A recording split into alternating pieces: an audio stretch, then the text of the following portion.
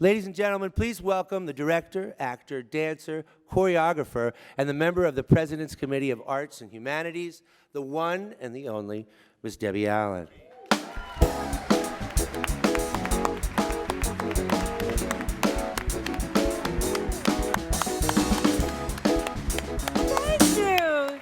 Oh, Teddy, so good to see you, baby. You're doing such a good job. Thank you, baby. Who are you?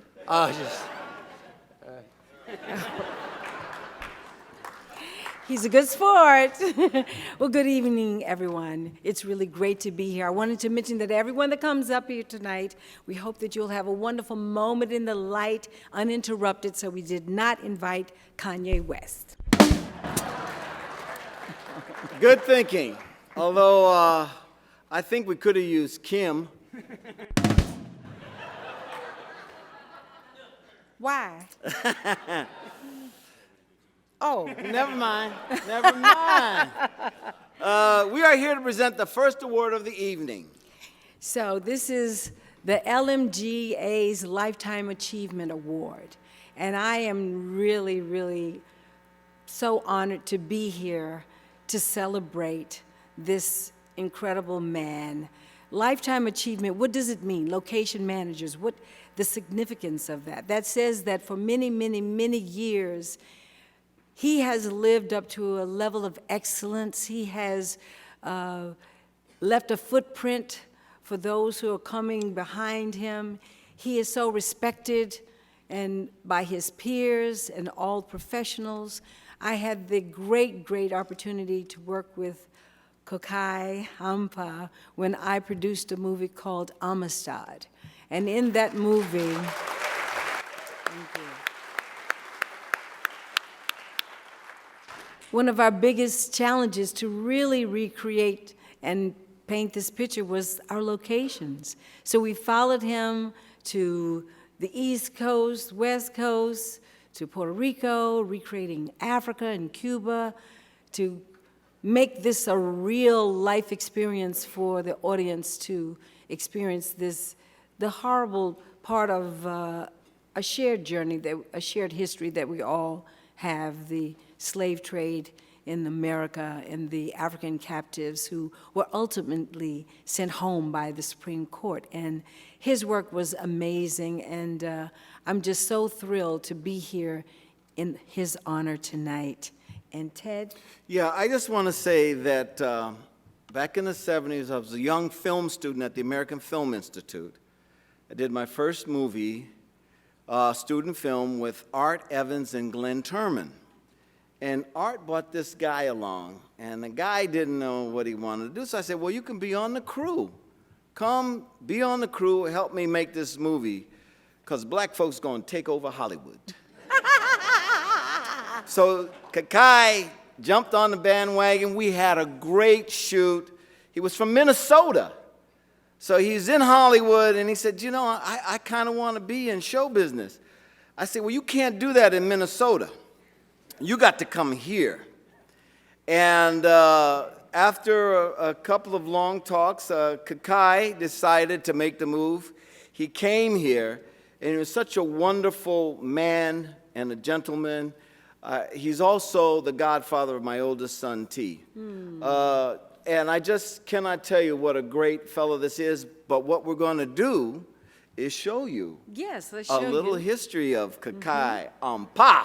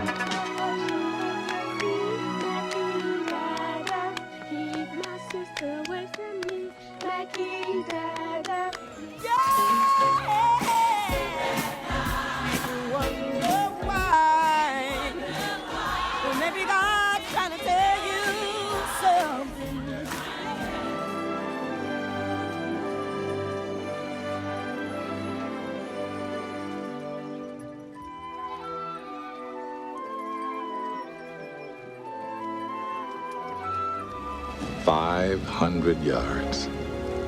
That's the length of 5 football fields. Just shy of half a mile.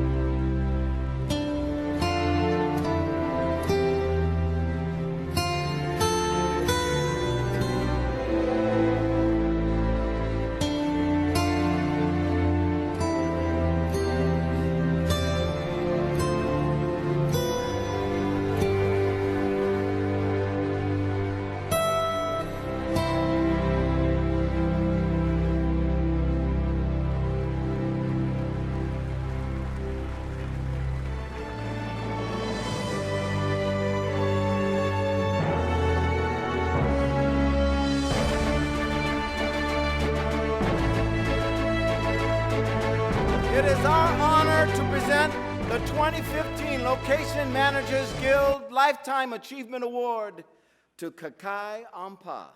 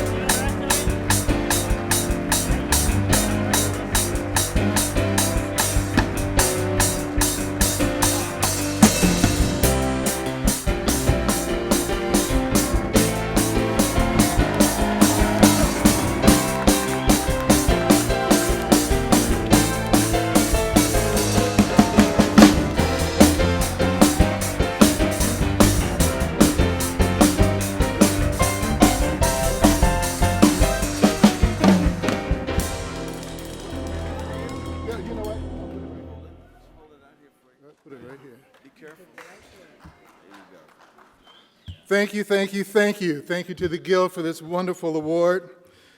I just want to let's start with Debbie. We have a little bit longer history than that, and I don't know if you remember this. At one time I was a location manager on The Fall Guy, and we had an episode called Piece of Cake. And as you do television, there are no piece of cake episodes. And this truly was not a piece of cake. So supposedly Lee Majors or his character went to New York, and we needed a building where he could jump off of a balcony that looked like a New York building. And there still is, an apartment condo building on Franklin. And we got there, and they said, we want that balcony right there. So I ran in, and found out, and it was your unit. And so that is, I don't know if you remember that. But we had a guy jumping off her balcony, and this is Debbie Allen's place. This is Debbie, you know? He wasn't the first man that jumped.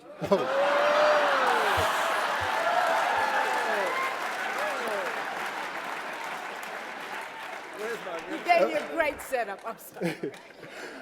So, other than that, though, and we talked about working and doing Amistad. It was one of those projects you get to do that you can really, for me, and historically, really meant a lot. And being in Mystic Harbor when the ship docked, to see the Africans come off that ship was one of the most touching things. And being in Newport, to see the Africans march down that street was incredible. And I just want to thank you for having me on that project. Thank you for making it. Thank you. Ted Lange. Yeah, I was pretty cheap labor. And I was so happy to be, as Bill Withers says, just use me till you use me up.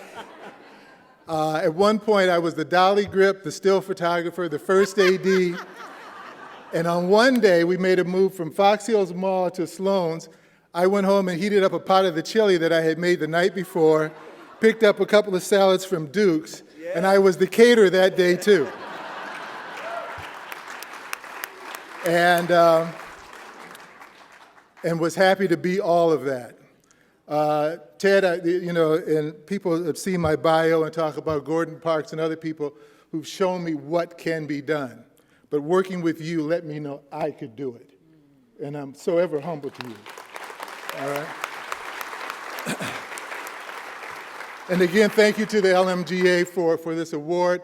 My acceptance is not going to be a bunch of stories about hardships and the different tests and tribulations as being the first African-American location manager. It's primarily going to be acknowledgments of those who made it possible. I want to thank Art Evans for introducing me to Ted Lange, Reuben Cannon and Stan Margulies for giving me a PA job on Roots 2, to Don Garrison's back. Now, Don Garrison was the manager on Roots 2. His back went out on him. And so they said, here, you work with him. And that led to Terry Nelson and Ron Reiner working it out so that I could get into 399. That was 1978, and at that point, I guess I was the first African-American location manager.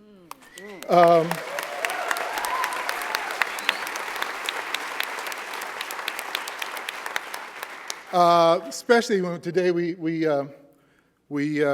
honored the bridge crossing. That's not as big as that, but it was a deal here. I want to thank Vivian Bowman for making me part of the Universal Location team. A special thank you to Steven Spielberg, Kathleen Kennedy, Quincy Jones, and the late Michael Riva for my first featured film job, Color Purple. To David Lester for hiring me because of my work and not because it was a film about black people. And that's a real deal. After White Men Can't Jump, he hired me to do In the Line of Fire, Cobb, and Shawshank Redemption. And I owe so much to David Lester, to Clint Eastwood, Rob Lorenz, Malpaso, and especially to the late, great Henry Bumstead, for hiring me for the job, no matter the subject matter, but because I'm a filmmaker. To Joe Wright for hiring me on The Soloist and letting me have a voice on a project that meant so much to both of us. Special shout outs to Wynn Thomas, production designer, and Paul Deason, producer, for their support throughout the years. And to my kids, 2 of whom are here, of the 6, for putting up with me missing games or missing plays, and at times just being absent, and thank God for their mothers, Linda Beal, Yolanda McFarland, and Ujima Ampah.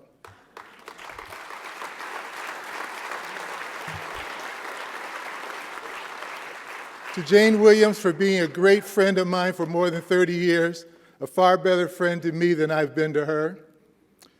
To the crews I work with, if anybody worked with me on a crew, would you stand up? Okay. Now, I just want to say, who I work with, you know you all did all the work, and I just was around there acting like I was doing something. Thank you so much.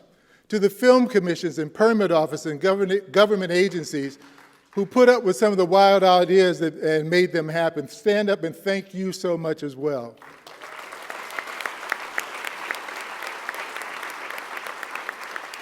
And to any vendors who always came through because of all of you, I'm standing here tonight.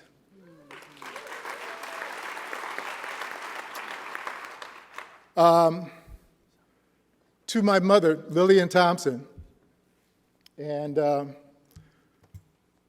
she would have been 105 on March 21st.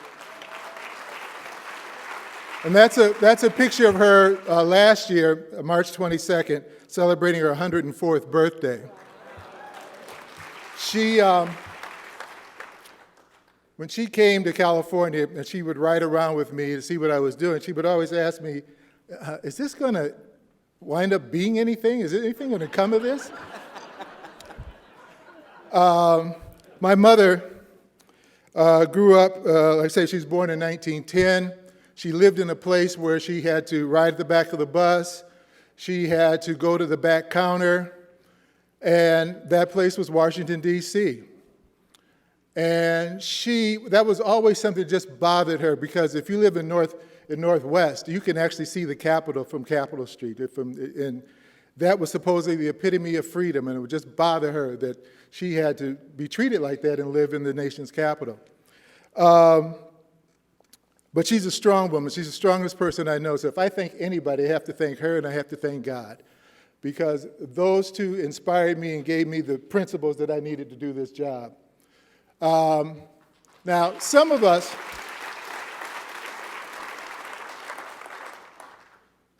yeah, I'm a Teamster, so don't start playing.